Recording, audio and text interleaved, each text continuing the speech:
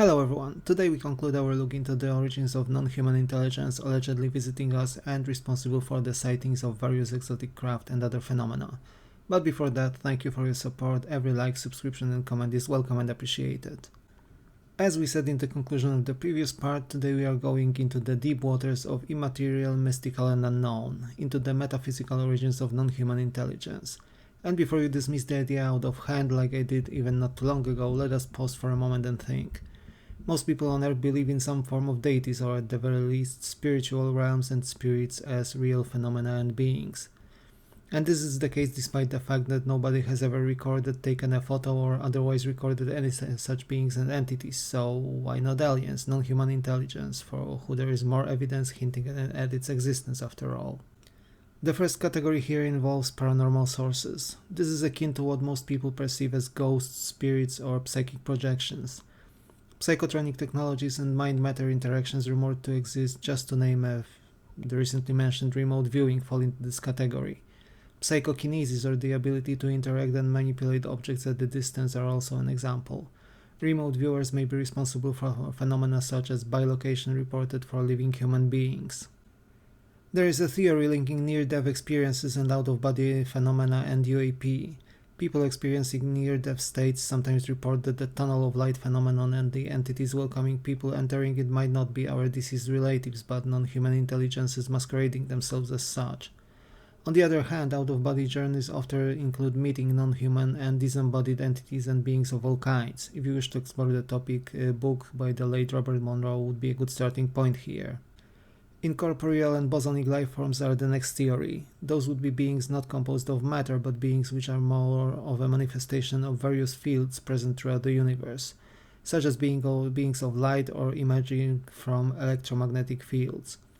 Such entities may be tied to currently unknown or undiscovered physics or parts thereof. Recent accomplishments in physics have proven that it should be possible for plasma to form into quasi-life forms with some properties resembling life as we know and usually understand it. Mediums have been known since the ancient times. These are related to the phenomenon of possession, not necessarily demonic as many people could envisage probably, but by various beings and entities. This theory posits that people can voluntarily or forcefully relinquish or be forced to relinquish control over their bodies and be under at least partial control of unknown forces and intelligences. The second big category is related to the occult arts. It assumes that UAPs are related to occult rituals and supernatural entities contacted via them. This is a fairly deep rabbit hole in itself and could easily require a separate video on its own. Magicians of all kinds have often dabbled with the so-called elementals, or spirits of nature aligned to one of the classical elements like sylphs or salamanders. Then we have ascended masters, enlightened beings who allegedly support and guide humanity from their plane of existence. Examples here could include beings such as Aiwas or Lamb, contacted by the famous occultist Aleister Crowley. Jack Parsons, a rocketry expert and a heritor to occult practices of Crowley, is also rumored to have contacted unknown entities just around the time of their first atomic bombs and their use. Such practices could allegedly open the doors for such beings to enter into or at least interact with our world.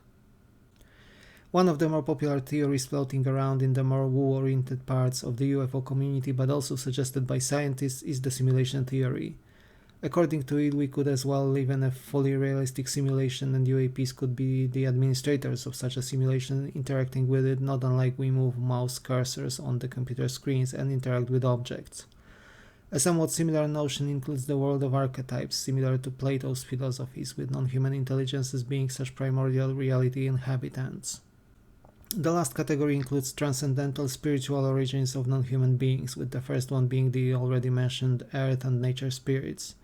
Those would be manifestations of Mother Earth, for example, and are also possibly linked to entities experienced under the influence of psychedelics, which we have mentioned in the last episode. If you study UFOs and non-human intelligences long enough, chances are you eventually encounter mentions that even high-ranked officials in the governments aligned to more orthodox, if not fundamentalist versions of Christianity, sometimes believe that those beings and the UAP observations are related either to angelic or demonic beings, with NHI being friendly or malevolent and sometimes possibly being even in conflict with the opposite faction, so to say, in a battle over the fate of humanity. Another view relating the non-human intelligences to religion is offered by Islam. It teaches that there are indeed non-human beings interacting with our world, known as the jinn. Unlike the more bipolar view offered by Christian-aligned views, Islam instead teaches that the jinn are not necessarily evil or good, although more seem to be evil than good, but instead many of those beings are somewhere in between, not unlike we as humanity with our shades of grey in the moral spectrum. Finally, we reach the ascension ladder, spiritual teachings and the so-called channeled transmissions, just to name the law of one, often mentioned by people linking UAPs, non-human intelligence and UFO sightings to consciousness, indicate that those beings could be consciousnesses elevated to reality higher than our 3+1 dimensional one, most frequently willing to help us progress to the next stage of spiritual evolution. And here we reach the so-called emanations of Godhead. According to this theory, the non-human intelligence, and possibly we ourselves as well, are just various manifestations of the one ultimate consciousness, call it God, the aware universe, the cosmic spirit, and so on. This view says that we are all just different facets and aspects of the same being, with the most simple view being the universe experiencing itself through our individual experiences. Some even claim that upon death we return the collected knowledge to the universal pool and eventually return in a different form, perhaps even as non-human beings to learn more in a different settings. As you can see, those theories we have discussed today are really wide and touch upon various aspects and forms of human spirituality and religion. Thus, many of those views are probably more personal than the other theories and often speak louder to some people more than the others. And what do you think? Are the UFOs and their alleged occupants indeed linked to mystic experiences, consciousnesses, higher beings, and so on? Leave a comment below and let us share our views. I myself lean more towards the nuts and bolts explanations, but the phenomenon exhibits high strangeness, so I also keep an open mind to the possibilities mentioned today, wild as they are.